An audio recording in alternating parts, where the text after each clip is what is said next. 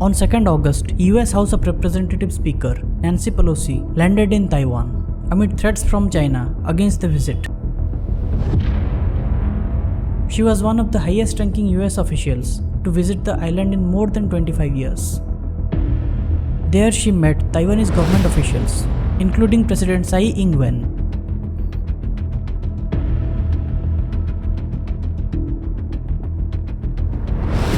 China responded with more than 21 military aircraft entering Taiwan's air defense zone. China also conducted military drills all around the island, one of the biggest in recent times. On 4th of August, it was reported that PLA fired multiple ballistic missiles to Taiwan's northeast and southwest waters.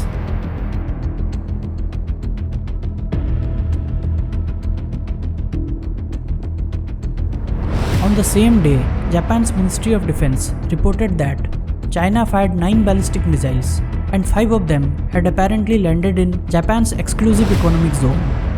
It was also reported that US Navy's aircraft carrier, USS Ronald Reagan, along with its entourage, was also patrolling the seas around Taiwan.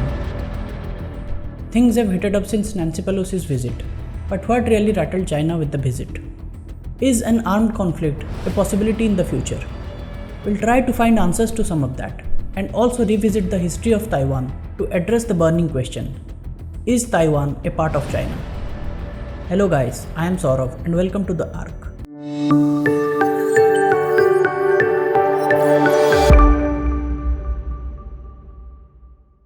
In 1950, US Army General Douglas MacArthur described Taiwan as an unsinkable aircraft carrier to highlight its strategic importance. But how so? Taiwan is an island with approximately 36,000 square kilometers of area, southeast to China. It is strategically located southwest to Japan and South Korea, north to Philippines, and northeast to Vietnam. The island is approximately 180 km away from mainland China, and between them lies the Taiwan Strait. The strait connects the East China Sea in the north and South China Sea in the southwest. There are also a series of islands around Taiwan, like the Green Island and the Orchid Island in the east, and an archipelago consisting of 90 small islands called Penghu County to the west of Taiwan and within the Taiwan Strait.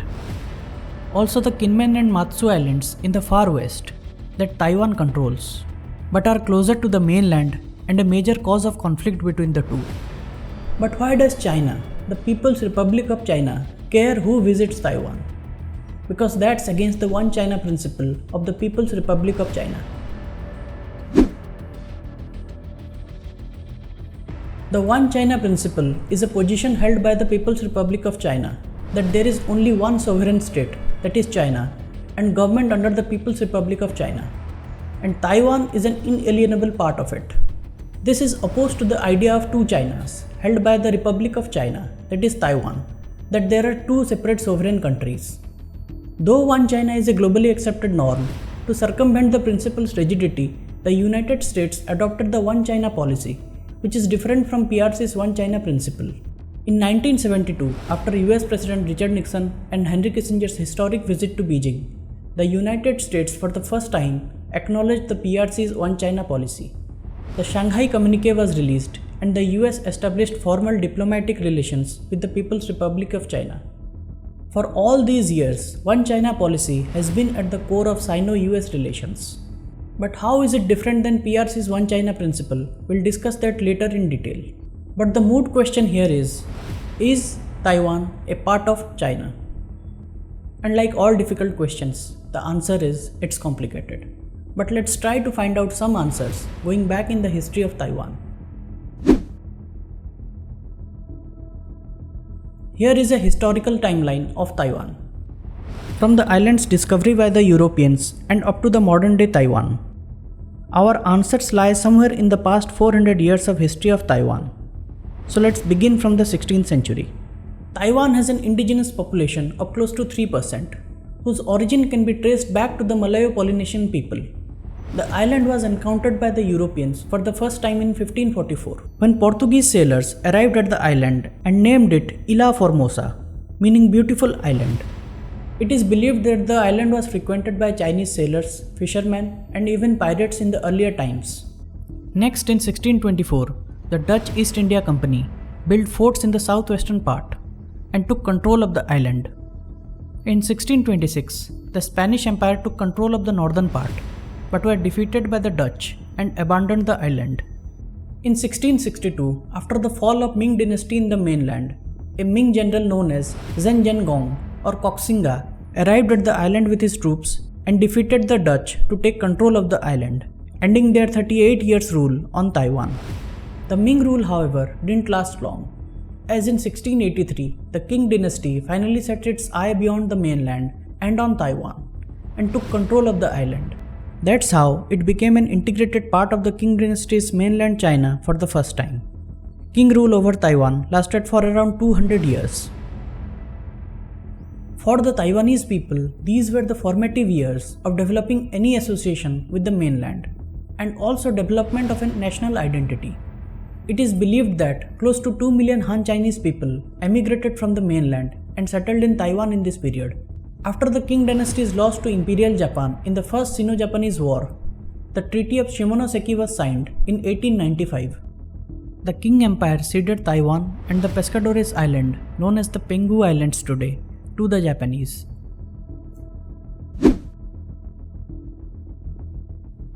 The Japanese ruled the island for 50 years until the end of World War II in 1945. But the takeover was not easy. First, the local Taiwanese leaders tried to establish an independent republic, and there was fierce armed resistance from the Chinese inhabitants of Taiwan, but it was brutally quelled by the Japanese Empire. But the Japanese colonial rule over Taiwan is another significant period that contributed immensely to Taiwan's culture, economy, evolution of its political system and society, and also towards the national identity. Japanese rule over Taiwan was not benevolent by any means, but many do credit the Japanese colonial rule for laying down the foundation for an industrial society in Taiwan. There was agricultural development in Taiwan, making it export rice and sugar. To drive industries, dams, power plants, and railway lines were built. Primary education was made mandatory. Public health infrastructure was improved to fight infectious diseases. Later during the World War, Taiwan's industries were employed to meet the requirements of Japan's military. The island's strategic location was also utilized by Japan for its army and navy bases. Estimates suggest that for the period of the war, around 200,000 Taiwanese soldiers took part in Japan's war, both voluntarily and through conscriptions, and close to 30,000 died in Japan's war. Taiwanese women were recruited as comfort women for Japanese soldiers during the war. But prior to Japan's surrender at the end of World War, there were interesting political developments in the mainland. After the end of Qing dynasty, the Republic of China was established in 1912, and a government under Sun Yat-sen was formed to govern China. After Sun's death in 1925, Chiang Kai-shek took control of the Chinese Nationalist Party, also known as Kuomintang. Chiang managed to take control of most parts of China, but a civil war began in 1927 between Chiang's Kuomintang and the Chinese Communist Party, which was later led by Mao Zedong. Now coming back to the island, in 1943, the Cairo Declaration was signed, with US President Franklin Roosevelt, the Prime Minister of the UK, Winston Churchill, and President of the Republic of China, Chiang Kai-shek being present. The declaration read, "Japan shall be stripped of all the islands in the Pacific, which she has seized or occupied since the beginning of the First World War in 1914, and that all the territories Japan has stolen from the Chinese, such as Manchuria, Formosa, and the Pescadores, shall be restored to the Republic of China." Later in 1945, Japan signed the Instrument of Surrender, marking an end to World War II. Now Taiwan's control was back with China, that is Republic of China of Chiang Kai-shek. The ROC established a new government in Taiwan in October 1945, and the Japanese were forced to leave the island.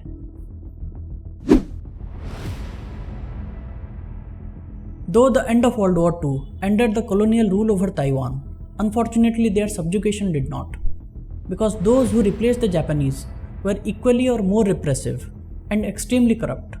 Dissent and rebellion against the KMT administration started to grow and took a violent turn on February 28, 1947, known as the February 28th incident, when a few officers of the ROC government hit a Taiwanese woman in suspicion of selling contraband cigarettes. This made the crowd angry, and the officers then fired at the crowd to disperse them. This resulted in violent protests all across Taiwan, and to suppress this, KMT killed thousands of civilians. Estimate suggests more than 18,000 Taiwanese people were killed during the period. On 19th May 1949, martial law was imposed in Taiwan, and a free hand was given to kill anyone found engaged in anti-state activities. On the mainland, the civil war between KMT and CCP resumed after Japan's surrender in 1945, and this time it was for total control of China between Chiang Kai-shek and Mao Zedong. By 1949, the People's Liberation Army of CCP had taken control of most parts of northern, eastern and central China. Chiang Kai-shek was forced to retreat to Taiwan, along with close to 2 million KMT soldiers and supporters, in December 1949. So by the end of 1949, there were two Chinas: the mainland under Mao Zedong CCP, called as the People's Republic of China, and Taiwan under Chiang Kai-shek's KMT, called as the Republic of China, while both claimed to be legitimate rulers of the entire region. Chiang Kai-shek's ROC government's primary objective was to regain control of the mainland China, and there was not much sentimental value attached with the Taiwanese people. It was merely a strategic retreat, and that reflected in their governance and policies. Taiwan remained under martial law for 38 years, till 1987, a period known as the White Terror, a period of massive political repression, jailing people on fake charges, restriction on freedom of expression, and execution of political activists and intellectuals. But in the later years, demand for democracy and freedom of expression grew stronger. Martial law was finally lifted in 1987, and significant reforms in political governance structure were carried out in the 90s as a natural shift towards democracy.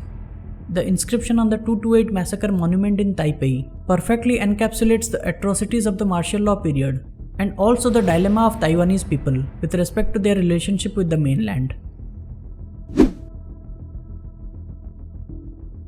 Currently, the political sphere in Taiwan is divided in two factions.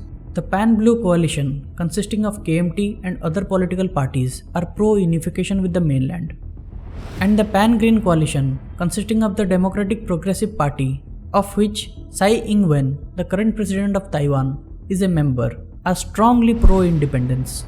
The political scene and the national identity are still evolving in Taiwan. US position on Taiwan has evolved over the years as per the changing geopolitical developments in different periods.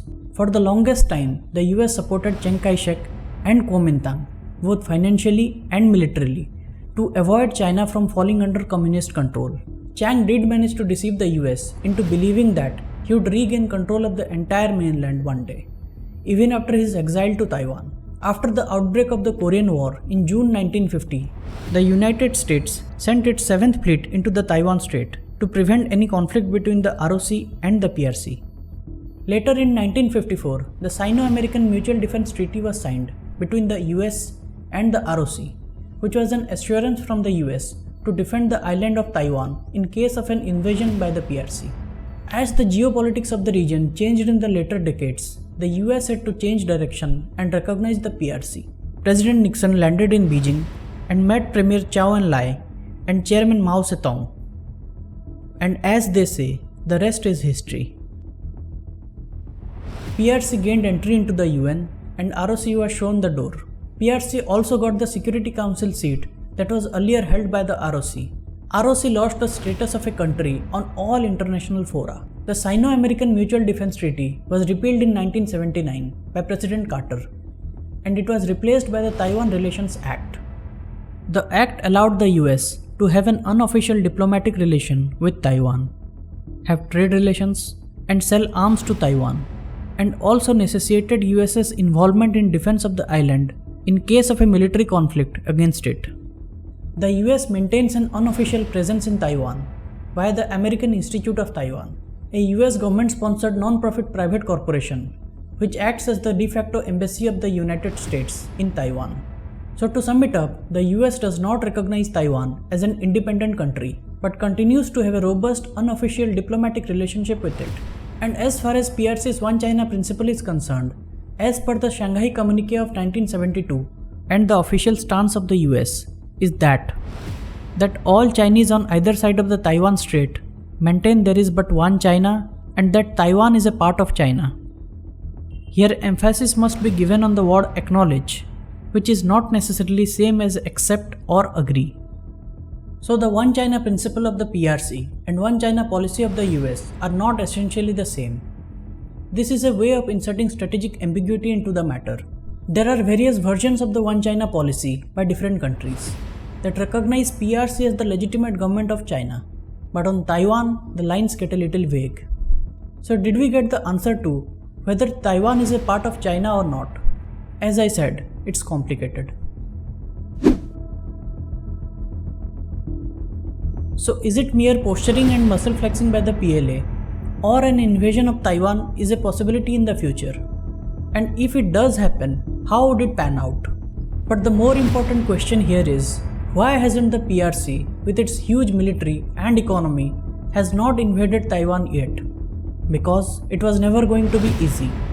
First of all, Taiwan has enough military hardware to defend itself, starting from the F-16 fighter aircraft to frigates and submarines in the Navy, and Patriot and other air defense missiles, most of it supplied by the US.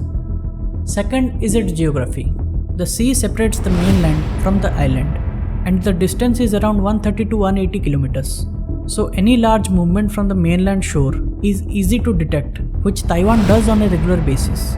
Also, the island of Taiwan is surrounded by mountains and riverine areas, which are not easy terrain for an offensive mission.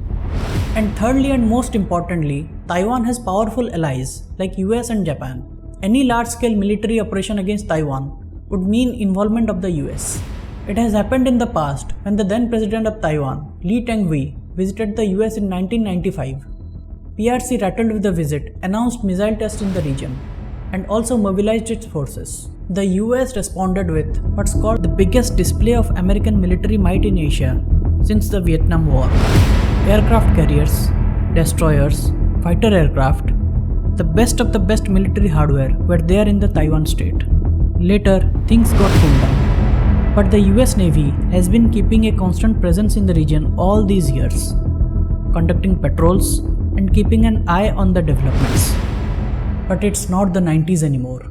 Things are changing rapidly, and China has been pushing the boundaries lately more forcefully than ever. Air incursions by China into Taiwan's air defense identification zone has been on the rise. Taiwan recorded 969 incursions by Chinese warplanes into its ADIZ in 2021, and the number is expected to be greater this year. Here is a chart of the number of incursions into Taiwan's buffer zone in the last 1 year period. The frequency of the incursions and the large spikes signifying number of aircraft since September last year clearly shows PLA's aggressive posturing. China is expanding its military like never before, preparing for world domination. The danger is certainly real.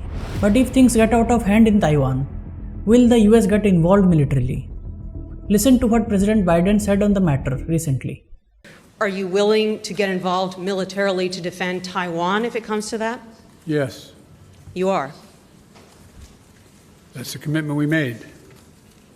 The White House later said in a statement that their policy on Taiwan has not changed, but the ambiguity remains. The South China Sea is slowly becoming one of the most dangerous regions in the world. China is gradually starting to project its military might in the region and beyond, and the US challenging its hegemony. There is a huge possibility of Taiwan dispute becoming the focal point of the changing geopolitics of the region. How it pans out in the future, we have to wait and see. Thanks for watching. I hope to see you soon with a new video. Till then, don't forget to like, share and subscribe the ARC. Thank you.